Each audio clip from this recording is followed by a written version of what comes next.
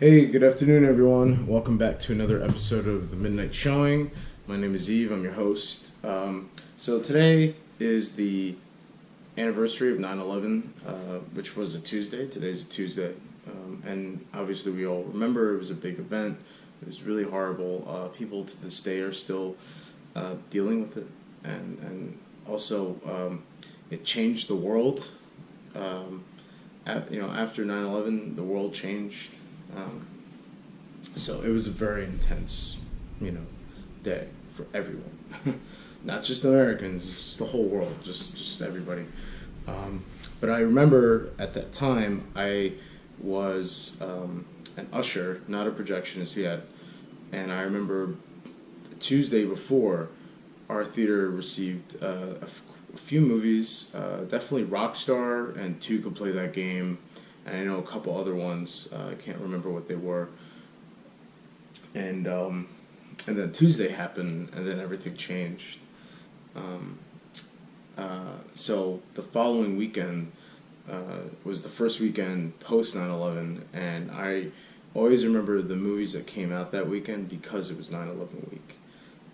I remember that weekend we saw the release of a Keanu Reeves movie called Hardball, and the release of a Stellan Skarsgård and Lily Sobieski movie called The Glass House. Both came out, and they didn't do very well. But just being at a movie theater, the weekend after, just seeing people trying to, take their mind off of things and escape for a couple hours, and I witnessed some altercations that went down and people's opinions, and it just wasn't good, and I think people just wanted to, at the time just get away from all that. So fast forward about 5 years later, or 6 years later, there was when I was a projectionist. There was the release of two 9/11 movies, which came out in 2006. My theater received both of them. They both came out there was about 3 months between the two, 3 or 4 months.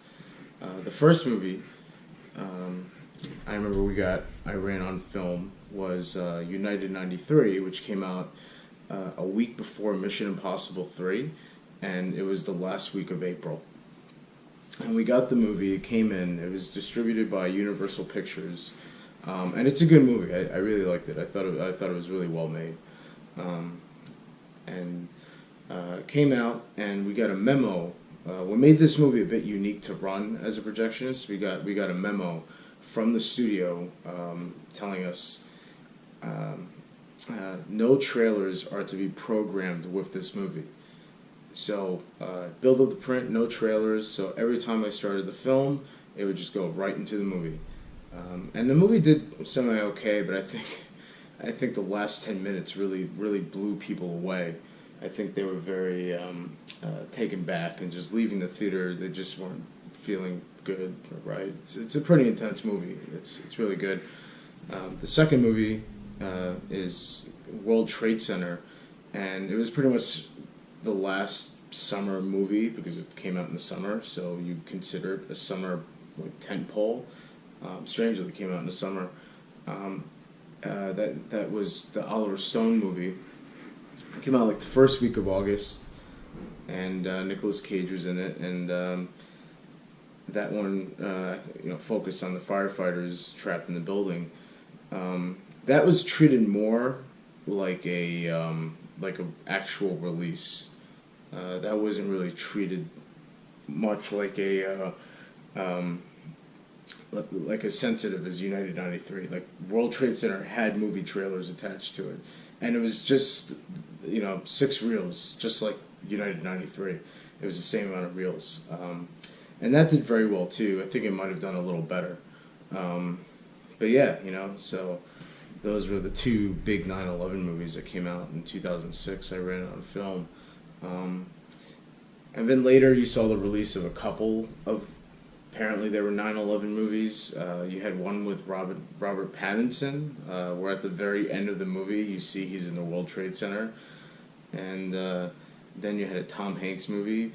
The Robert Pattinson movie, I think I ran out of film. I forgot what it was called. I think it was called Remember something. But the Tom Hanks movie came out post-digital. Apparently it was about 9/11, something to do with noises and sounds. The title had a very long title. But yeah, yeah,